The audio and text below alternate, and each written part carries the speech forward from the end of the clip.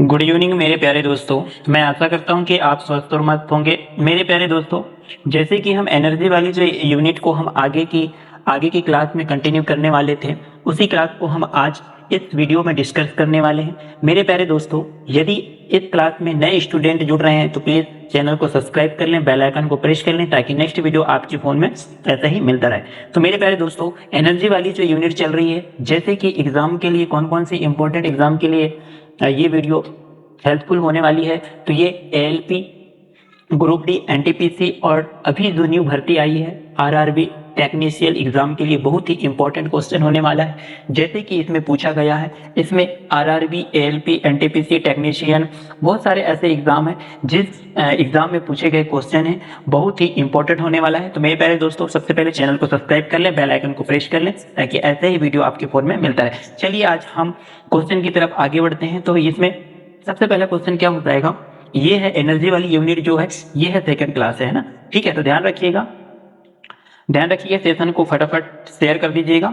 चलिए हम देखते हैं आज का एक इंपॉर्टेंट क्वेश्चन की ओर डिस्कस करते हैं। तो यहाँ पे पहला क्वेश्चन क्या हो जाएगा, पहला क्वेश्चन हो जाएगा यहाँ पे देखिए, एक खींचे हुए धनुष को तीर छोड़ते समय धनुष की स्थितिज ऊर्जा में किसमें बदल जाती है। देखो एक्चुअल में क्या होता है, जब धनुष हम चलाते हैं तो उसको पीछे की तरफ खींचना पड़ता है, तो इसमें कौन सी एनर्जी उत्पन्न होती है या उसमें बदल जाती है, तो वह होता है इसमें कौन सी ऊर्जा हो जाएगी, तो इसमें हो जाएगी गतिज ऊर्जा।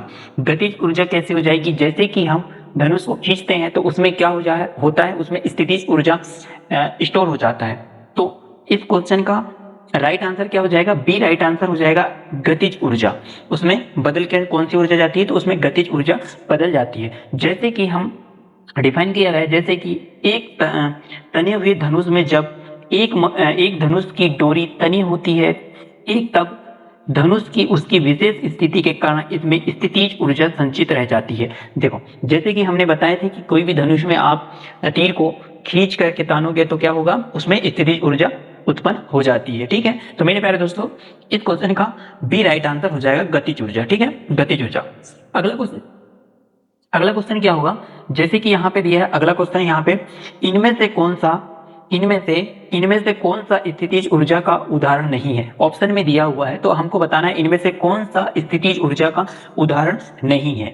तो देखो इसमें यही क्वेश्चन किस में पूछा गया है, इसमें ध्यान दीजिएगा। जैसे कि आरआरबी, एएलपी और टेक्नीशियन में पूछा गया है, दोनों एग्जाम में पूछा गया है, और शिफ्ट कौन से में पूछा गया है, तो सेकंड में पूछा गया। तो बहुत ही इंपॉर्टेंट क्वेश्चन को हम डिस्कस कर रहे हैं दोस्तों, वीडियो को पूरा जरूर देखें। तो यहाँ पे हम क्वेश्चन क्या बोल रहा है, स्थितिज ऊर्जा का उदाहरण कौन सा नहीं है। तो हमको स्थितिज ऊर्जा का उदाहरण कौन सा नहीं है, जैसे कि हम देख सकते हैं इस क्वेश्चन का बी राइट आंसर हो जाएगा। इसमें क्या है, स्थितिज ऊर्जा क्या है, इसमें स्थितिज ऊर्जा का ये उदाहरण नहीं है। ठीक, अगला क्वेश्चन की तरफ चलते हैं। अगले क्वेश्चन क्या हो जाएगा, यहाँ पे अगला क्वेश्चन क्या हो जाएगा, पहाड़ से गिर रहे किसी पिंड में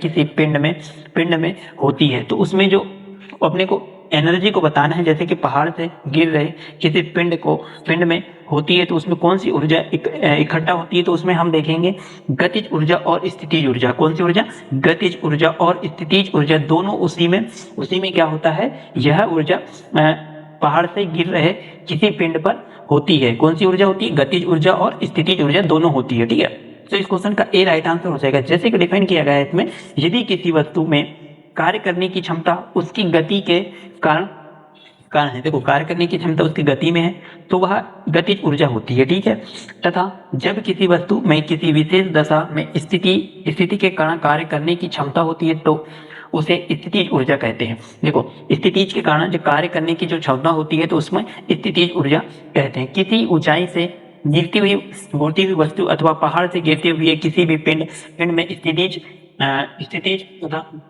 स्थितिज और गतिज ऊर्जा दोनों ऊर्जा ही इसमें संचित होती है। तो इस क्वेश्चन का ए राइट आंसर हो जाएगा। ठीक है, चलते हैं अगले क्वेश्चन की तरफ। क्या है अगला क्वेश्चन, क्या हो जाएगा यहाँ पे, अगला क्वेश्चन हो जाएगा यहाँ पे, मास एम के चलती हुई वस्तु की गतिज ऊर्जा, काइनेटिक एनर्जी और मूल्य का क्या होगा यदि इसकी गतिज को v से बढ़ाकर 2v तक दो गुना किया जाता है। देखो इसमें क्या, इसकी जो स्पीड है, स्पीड को इसमें बढ़ा देगा, ठीक है, स्पीड को इसमें v से लेकर कितना कितना बढ़ा देगा, तो 2v तक बढ़ा देगा, ठीक है। तो हम आगे देखते हैं इसका ऑप्शन क्या है, इसमें ऑप्शन क्या है, अपन आगे देखते हैं यहाँ पे क्या ऑप्शन है। यहाँ पे देखेंगे, देखो यहाँ पे दिया, पहला ऑप्शन दिया है इसमें 1/1 काइनेटिक एनर्जी और 4 बाय काइनेटिक एनर्जी, और सी ऑप्शन दिया है इसमें काइनेटिक एनर्जी में कोई परिवर्तन नहीं होगा, और इसमें डी ऑप्शन में दिया है 2 काइनेटिक एनर्जी, ठीक है। तो यहाँ पे क्या हो जाएगा, यहाँ पे हो जाएगा अपना, देखो v अपने को क्या बढ़ाना है, v को क्या कितना बढ़ाना है, 2v करना है, ठीक है, 2v करना है। तो यहाँ पे क्या हो जाएगा, यहाँ पे हो जाएगा 4 काइनेटिक एनर्जी हो जाएगा, ठीक है। कैसा होगा, जैसे कि हम बात करें काइनेटिक एनर्जी क्या होता है, हाफ 1/2 v का स्क्वायर, ठीक है, v का स्क्वायर। यदि वस्तु का वेग v से बढ़कर 2v कर दिया जाता है तो उसमें क्या होता है, उसमें क्या हो जाएगा, देखो उसमें क्या हो जाएगा, हम जैसे कि काइनेटिक एनर्जी अपने को पता है यहाँ पे हाफ 1/2 v का स्क्वायर होता है, ठीक है। तो हम v को क्या कितना करना है, 2 गुना करना है, 2 गुना करना है, v को अपने को क्या करना है, 2 गुना करना है। तो यहाँ पे स्क्वायर हो जाएगा 1/2 और इधर m हो जाएगा, ठीक है। अब क्या होगा, अब क्या हो गया, यहाँ पे 4 × 1/2 v का स्क्वायर हो जाएगा, तो ये क्या हो जाएगा 2 = 2। तो यहाँ पे क्या हो जाएगा, यहाँ पे क्या हो जाएगा, देखिए यहाँ पे हो जाएगा E = क्या हो जाएगा, काइनेटिक एनर्जी = क्या हो जाएगा, 4k हो जाएगा, ठीक है, 4k हो जाएगा, ठीक, यहाँ पे 4k हो जाएगा। यदि अपन क्या करेंगे, यहाँ पे 4k हो जाएगा, ठीक। तो गतिज ऊर्जा में काइनेटिक एनर्जी का मूल्य कितना हो जाएगा, 4 गुना इसमें बढ़ जाएगा, क्या हो जाएगा, 4 गुना उसमें बढ़ जाएगा। चलते हैं नेक्स्ट क्वेश्चन की तरफ। नेक्स्ट क्वेश्चन क्या है, देखो नेक्स्ट क्वेश्चन भी बहुत ही इंपॉर्टेंट है, ये न्यूमेरिकल क्वेश्चन है, बढ़िया क्वेश्चन है।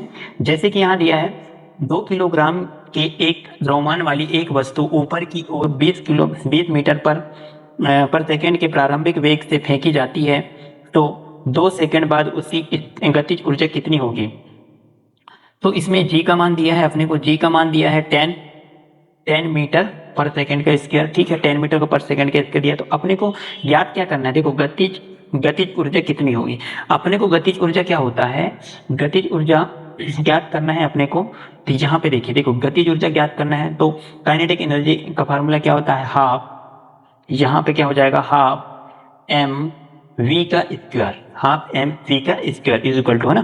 तो यहाँ पे अपने को क्या क्या दिया है, यहाँ पे दिया है अपने को समय कितना दिया है, 2 सेकंड दिया है, ठीक है, 2 सेकंड दिया है। g का मान कितना दिया है अपने को पता है, 10 दिया है, ठीक है। अब प्रारंभिक वेग बोला है इसने, तो इसमें क्या है, प्रारंभिक वेग माइनस अंतिम वेग कितना है, 10 × 20, है ना। तो ये क्या हो जाएगा, 0 हो जाएगा। देखो यहाँ पे बताता हूँ मैं, जैसे कि यहाँ पे प्रारंभिक वेग और अंतिम वेग दिया है, यहाँ पे 2 किलोग्राम, यहाँ पे 20 किलोग्राम के प्रारंभिक वेग में फेंकी जाती है, तो इसमें क्या होता है, g का मान अपने को 10 है और ये 2 क्या है, 2 सेकंड बाद। तो यहाँ पे फार्मूला कौन सा यूज किया गया है, तो यहाँ पे फार्मूला यूज किया गया है अपना, कौन सा फार्मूला यूज किया गया है यहाँ पे, v = u - gt, ठीक है। तो ये गति के जो समीकरण होते हैं, गति के 3 समीकरण होते हैं, आप देखिएगा गति के 3 समीकरण होते हैं, जिसमें से एक समीकरण क्या होता है, v = u - gt हो जाता है, ठीक है। तो यहाँ पे क्या हो जाएगा, यहाँ पे v का मान कितना हो जाएगा, 0 हो जाएगा, ये v का मान क्या हो जाएगा, 0। अब हम मान रखेंगे गतिज ऊर्जा में मान क्या, गतिज ऊर्जा का फॉर्मूला क्या होता है, mv का स्क्वायर होता है, ठीक है। हम इसमें v का मान रख देंगे तो v = क्या होता है, 0 हो जाता है। तो हमेशा क्या हो जाएगा, यहाँ पे क्या हो जाएगा, 0 का स्क्वायर हमेशा 0 जूल हो जाएगा, क्या हो जाएगा, 0 हो जाएगा। g से अपन किसी भी कोई भी संख्या में जितनी से जितनी बड़ी संख्या हो उसमें 0 का मल्टीप्लाई करेंगे तो वो 0 ही होगा। तो यहाँ पे क्या हो जाएगा आंसर, 0 जूल हो जाएगा, 0 जूल राइट आंसर हो जाएगा, क्योंकि अतः 2 सेकंड के बाद वस्तु की गतिज ऊर्जा क्या होगी, 0 हो जाएगी, ठीक है। तो हम यहाँ बात करेंगे क्वेश्चन में राइट आंसर क्या हो जाएगा, 0 जूल हो जाएगा, क्या हो जाएगा, 0 जूल हो जाएगा, ठीक है। अगला क्वेश्चन क्या होगा यहाँ पे, अगला क्वेश्चन देखो बहुत ही प्यारा है। देखो अगला क्वेश्चन क्या है, 5 मीटर पर सेकंड की गति से गतिशील 22 किलोग्राम वजन वाले वस्तु की गतिज ऊर्जा कितनी होगी। तो देखो यहाँ पे क्या क्या दिया है, सबसे पहले देख लो।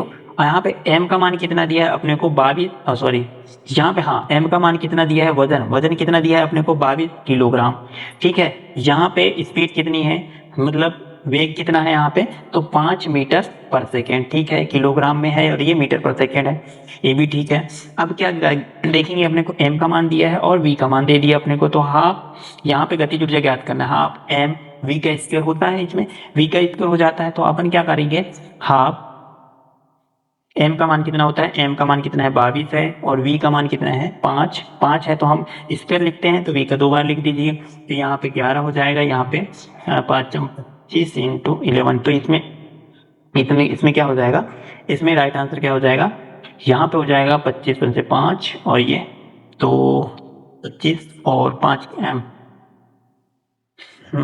यहाँ पे हो जाएगा 275 जूल, 275 जूल इसका राइट आंसर हो जाएगा, ऑप्शन नंबर ए 275 जूल हो जाएगा, ठीक है। अगला क्वेश्चन क्या होगा, अगला क्वेश्चन क्या हो जाएगा इसमें, अगला क्वेश्चन हो जाएगा यहाँ पे, गिरते हुए नारियल में होती है कौन सी एनर्जी होती है, गिरते हुए नारियल में कौन सी एनर्जी होगी, अपने को पता है गतिज ऊर्जा, अपने को पता है गतिज ऊर्जा, क्योंकि वो ऊपर से नारियल क्या हो रही, गिर रही, तो है ना, उसमें क्या हो जाएगा, गतिज ऊर्जा हो जाएगा, ठीक है, गतिज ऊर्जा राइट आंसर हो जाएगा, क्या हो जाएगा, गतिज ऊर्जा राइट आंसर हो जाएगा। चलते हैं अगला क्वेश्चन की तरफ, अगले क्वेश्चन क्या हो जाएगा, अगला क्वेश्चन हो जाएगा यहाँ पे हो जाएगा 11 किलोग्राम एक वस्तु जब भूमि से 5 मीटर की ऊंचाई पर हो तब उसमें निहित ऊर्जा ज्ञात करें।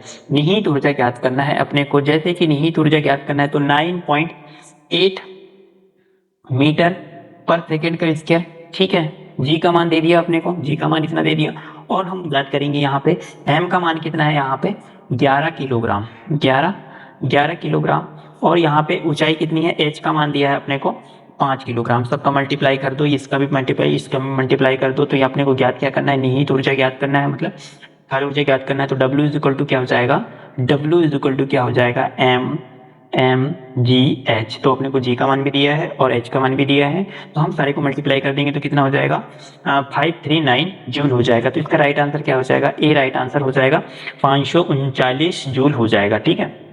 अगला क्वेश्चन की ओर चलते हैं, अगला क्वेश्चन क्या हो जाएगा यहाँ पे हो जाएगा 14 किलोग्राम की एक वस्तु जब भूमि से 5 मीटर की ऊंचाई पर हो तब उसमें निहित ऊर्जा कितनी होती है, दिया गया, जी का मान दिया है अपने को 9.8 मीटर पर सेकंड का स्क्वायर, मीटर पर सेकंड के स्क्वायर, जैसे कि यहाँ पे वस्तु का द्रव्यमान m, वस्तु की पृथ्वी से ऊंचाई, स्थितिज ऊर्जा, ठीक है, स्थितिज ऊर्जा, तो हम यहाँ ज्ञात करेंगे निहित ऊर्जा मतलब पोटेंशियल एनर्जी ज्ञात करेंगे हम यहाँ पे, तो यहाँ पे आपने को मान क्या दे दिया, देखो किलोग्राम m का मान दिया है और 5 उसकी हाइट हो गई और जी का मान ये हो गया 9.8, है ना, तो तीनों को मल्टीप्लाई कर देंगे तो अपने को इसमें कितना राइट आंसर क्या हो जाएगा, यहाँ पे राइट आंसर हो जाएगा जैसे कि 14 इंटू 9.8 इंटू 5, हम तीनों को मल्टीप्लाई कर देंगे तो यहाँ पे क्या हो जाएगा 686 जूल हो जाएगा, 686 जूल, मतलब इस क्वेश्चन का right answer C right answer हो जाएगा।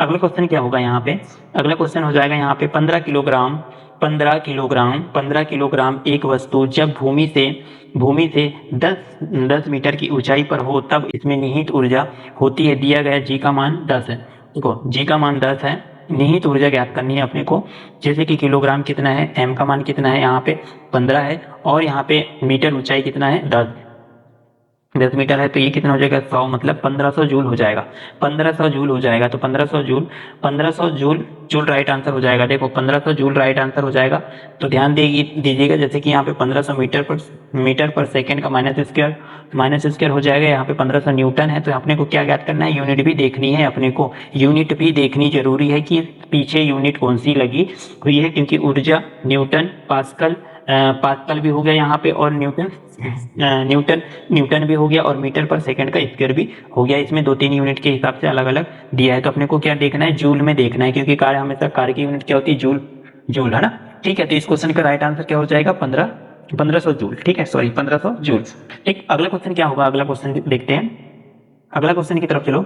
अगले क्वेश्चन क्या हो जाएगा, यहाँ पे किसी वस्तु की गतिज ऊर्जा 120 जूल है और इसका द्रव्यमान 15 किलोग्राम है, तो वस्तु का वेग ज्ञात करना है। वस्तु का वेग ज्ञात करें तो वस्तु का वेग ज्ञात करने के लिए अपने को क्या देखना पड़ेगा, वस्तु का वेग ज्ञात करना है तो यहाँ पे ज्ञात करना है वस्तु का वेग।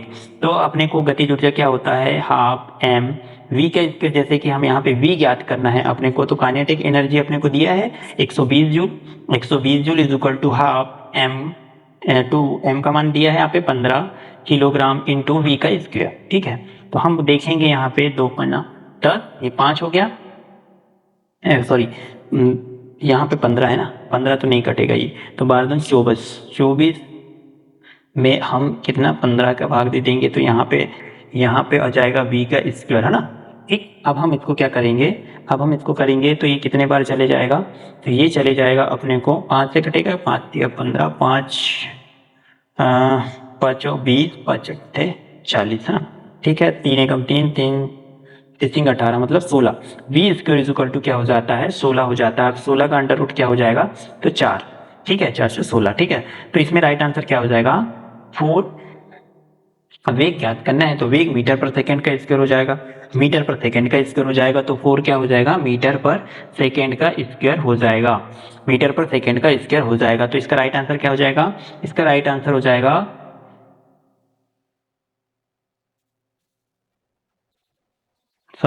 मीटर पर सेकंड होगा, मीटर पर सेकंड होगा ना। एक मीटर पर सेकंड होगा, तो इस क्वेश्चन का बी राइट आंसर हो जाएगा। क्या हो जाएगा, बी राइट आंसर हो जाएगा, मीटर पर सेकंड 4 मीटर पर सेकंड हो जाएगा। ठीक है, इस क्वेश्चन का राइट आंसर बी हो जाएगा। अगला क्वेश्चन की ओर चलते हैं। अगले क्वेश्चन क्या हो जाएगा, यहाँ पे 15 किलोग्राम का क्या है, यहाँ पे द्रव्यमान की एक वस्तु 8 मीटर पर सेकंड के एक समान वेग से गति कर रही है, उस वस्तु की गतिज ऊर्जा क्या होगी। देखो मैं डायरेक्ट क्या बोल देता हूँ यहाँ पे, जैसे कि 8 मीटर सेकंड माइनस का स्क्वायर है, तो मैं इसको क्या बोल देता हूँ 8 मीटर पर सेकेंड, मैं डायरेक्ट बोल देता हूँ क्योंकि अपने को उसमें बोलने में टाइम लगता है। तो एक्शन में क्या होता है, जैसे कि एम बटा मीटर बटा सेकेंड है, तो हम इसको ऊपर ले जाएंगे तो क्या होता है मीटर माइनस सेकेंड, इस टाइप से होता है। तो इसको अपन मीटर पर सेकेंड भी बोल सकते हैं। ठीक है, इसमें कोई दिक्कत नहीं है। तो इस क्वेश्चन का राइट आंसर क्या हो जाएगा, इस क्वेश्चन का राइट आंसर क्या हो जाएगा, क्योंकि काइनेटिक एनर्जी ज्ञात करना है अपने को, तो हाफ एम वी के स्क्वायर, इसी में फार्मूला लगाना है। तो अपने को क्या वस्तु की गतिज ऊर्जा ज्ञात करनी है। तो गतिज ऊर्जा ज्ञात करने के लिए आप एम का मान कितना दिया है 15 दिया है, और यहाँ पे वस्तु का एक समान वेग दिया है अपने को 8 मीटर पर सेकेंड, तो यहाँ इसमें मान रख देंगे तो क्या हो जाएगा 480 जूल राइट आंसर हो जाएगा, 480 जूल राइट आंसर हो जाएगा। इस क्वेश्चन का ए राइट आंसर हो जाएगा। अगला क्वेश्चन क्या होगा, यहाँ पे नेक्स्ट क्वेश्चन की तरफ चलते हैं। नेक्स्ट क्वेश्चन क्या होगा, देखो न्यूमेरिकल क्वेश्चन लगभग खत्म हो चुके, ये लास्ट क्वेश्चन है न्यूमेरिकल वाला, फिर आगे आप थ्योरिकली देखेंगे। तो ये क्या हो जाएगा, यहाँ पे 1 किलोग्राम की एक वस्तु जब भूमि से 6 मीटर की ऊंचाई पर हो तो तब इसमें निहित ऊर्जा कितनी होगी। निहित ऊर्जा मतलब संचित ऊर्जा कितनी हो जाएगी। जैसे कि हम देखते हैं यहाँ पे 11 किलोग्राम क्या दे दिया अपने को, द्रव्यमान दे दिया, 11 किलोग्राम क्या दे दिया अपने को, द्रव्यमान दे दिया। और यहाँ पे 6 क्या दे दिया, इसकी जो एच है हाइट दे दी इसमें, और 8 जी का मान दे दिया अपने को। जी का मान क्या हो जाएगा यहाँ पे 9.8 मीटर पर सेकेंड का स्क्वायर। तो यहाँ पे क्या हो जाएगा, यहाँ पे क्या हो जाएगा, यहाँ पे W is equal to m g into h क्या हो जाएगा, कार्य क्या हो जाएगा यहाँ पे मीटर द्रव्यमान गुणित पर्ण गुणित ऊंचाई। ठीक है, तो इसमें हम मान रख देंगे, तो इसमें क्या हो जाएगा, मल्टीपल करेंगे तो इसमें मान रख देंगे अपन, तो 646 हो जाएगा। ठीक, 646.8 जूल हो जाएगा। ठीक है, तो इस क्वेश्चन का बी राइट आंसर हो जाएगा। इसमें क्या बी राइट आंसर हो जाएगा, बी राइट आंसर हो जाएगा 646.8 जूल हो जाएगा। ठीक है, अगला क्वेश्चन क्या हो जाएगा, अगला क्वेश्चन देखते हैं हम यहाँ पे। अगला क्वेश्चन क्या हो जाएगा, जैसे कि बंदूक से चली गोली लक्ष्य के भीतर गहराई से चली जाती है, क्योंकि इसमें क्या होती है, देखो अपने को इसमें एनर्जी कौन सी ऊर्जा होती है उसमें अपने को बताना है। ठीक है, तो इसमें हम बता दें, क्योंकि देखो बंदूक से चली गोली कौन सी ऊर्जा होगी, उसमें क्या स्थितिज ऊर्जा जो रहती है, उसमें स्थितिज ऊर्जा रहती है, बहुत तेजी से चलती है। तो हम इसमें क्या करेंगे, इसमें जब गोली निकलेंगी तो वो क्या गतिज ऊर्जा में परिवर्तित हो जाएगा। ठीक है, तो हम तो इस क्वेश्चन का डी राइट आंसर हो जाएगा गतिज ऊर्जा। ठीक है, देखो इसको डिफाइन किया गया है, मैं इसको बताता हूँ आपको। जैसे कि बंदूक से चली गोली लक्ष्य के भीतर गहराई से चली जाती है। ठीक है, गहराई से चली जाती, क्योंकि इसमें स्थितिज ऊर्जा होती है, गतिज ऊर्जा होती है। किस क्या होती है, इसमें गतिज ऊर्जा होती है। जैसे बंदूक से निकली गोली का वेग बहुत अधिक होता है तथा लक्ष्य से टकराने पर वह बहुत कम समय में शून्य हो जाता है, बहुत कम समय में शून्य हो जाता है। अतः गोली में वेग परिवर्तन की दर एवं बल बहुत अधिक होता है, इसलिए गोली लक्ष्य के भीतर गहराई में चली जाती है। ठीक है, तो इस क्वेश्चन का डी राइट आंसर हो जाएगा, गतिज ऊर्जा। ठीक है, नेक्स्ट क्वेश्चन क्या होगा यहाँ पे, टरबाइन द्वारा बहते हुए पानी और हवा का प्रयोग परिवर्तन के लिए किया जाता है। अब उसमें कौन सी ऊर्जा संचित होती है? जैसे कि टरबाइन द्वारा बहते हुए पानी और हवा का जो प्रयोग परिवर्तन के लिए किया जाता है, तो उसमें कौन सी ऊर्जा होगा? यहाँ पे हो जाएगा, जैसे कि गतिज ऊर्जा को विद्युत ऊर्जा में परिवर्तित करते हैं। अपन क्या करते हैं, गतिज ऊर्जा होती है उसको हम क्या करते हैं, विद्युत ऊर्जा में परिवर्तित कर देते हैं। क्या करते हैं? विद्युत ऊर्जा में हम परिवर्तित कर देते हैं। तो इस क्वेश्चन का सी राइट आंसर हो जाएगा, गतिज ऊर्जा को विद्युत ऊर्जा में परिवर्तित कर देते हैं। इस क्वेश्चन का सी राइट आंसर हो जाएगा। नेक्स्ट क्वेश्चन क्या होगा, 0.5 किलोग्राम द्रव्यमान एक घन चिकनी सतह पर 2.0 मीटर सेकंड की गति से चल रहा है। वह 1.0 किलोग्राम की एक अन्य वस्तु से टकराता है और वे दोनों एकल वस्तु के रूप में साथ में आगे बढ़ते हैं। टकराव के दौरान हुई ऊर्जा की लक्ष्य क्या होगी? देखो, अपने को टकराव के दौरान, क्योंकि थोड़ा लंबा क्वेश्चन है लेकिन बहुत ही इंपॉर्टेंट है। क्यों? क्योंकि देखो, ग्रुप डी में पूछा गया है, ये थर्ड शिफ्ट में पूछा गया है। ठीक है, ये क्वेश्चन थर्ड शिफ्ट में पूछा गया तो इंपॉर्टेंट है। तो इसमें राइट आंसर क्या हो जाएगा, 0.667 जूल हो जाएगा। ठीक है, हम इसको ज्ञात करेंगे। तो हम इसको ज्ञात कैसे करेंगे, मैं आपको फॉर्मूला बता देता हूँ। जैसे कि ज्ञात कैसे करेंगे, इसमें माना टकराने के बाद दोनों का जो संयुक्त वेग हो जाएगा v मीटर पर सेकेंड। और संवेग संरक्षण का सिद्धांत क्या करते हैं, टकराने से पहले का संवेग और टकराने के बाद का संवेग अपने को निकालना है। ठीक है, जैसे कि यहाँ पे दिया है m1 v1 plus m2 plus v2 equal to क्या हो जाएगा, m1 plus m2 into v हो जाएगा। ठीक है, तो इसमें देख लीजिएगा, जैसे कि मैं इसमें बता देता हूं मैं आपको, m1 v1 plus m2 v2 is equal to m1 plus m2 कोष्टक में बंद और इंटू v हो जाएगा। तो इसमें राइट आंसर क्या हो जाएगा, अपने को पता है 0.067 जूल हो जाएगा। ठीक है, इसका राइट आंसर। ठीक, अपने को इस फार्मूले में क्या रखना है, मान रखना है। इस फार्मूले में अपने मान रखना है, तो ये राइट आंसर हो जाएगा। इसमें v का मान आ जाएगा, तो v का मान अपने को क्या रखना है, गतिज ऊर्जा में रख देना है। अपने को v का मान कितना आ जाएगा, 2/3 हो जाएगा। तो उसमें अपने को क्या रख देना, v का मान रख देना है। और m का मान अपने को दिया ही है। ठीक है, 0.5 m का मान दिया ही रखा है। तो ये इसका राइट आंसर क्या हो जाएगा, 0.67 जूल हो जाएगा। अगला क्वेश्चन क्या हो जाएगा यहाँ पे, नेक्स्ट क्वेश्चन तो हम नहीं देखेंगे। क्यों? क्योंकि ये थोड़ी वीडियो लंबी हो गई। और मेरे प्यारे दोस्तों, ऐसे ही इंपॉर्टेंट क्वेश्चन पाने के लिए प्लीज चैनल को सब्सक्राइब करें, बेल आइकन को प्रेस करें। मिलते हैं नेक्स्ट वीडियो में। आई होप आपको वीडियो अच्छी लगी होगी। Thank you for watching.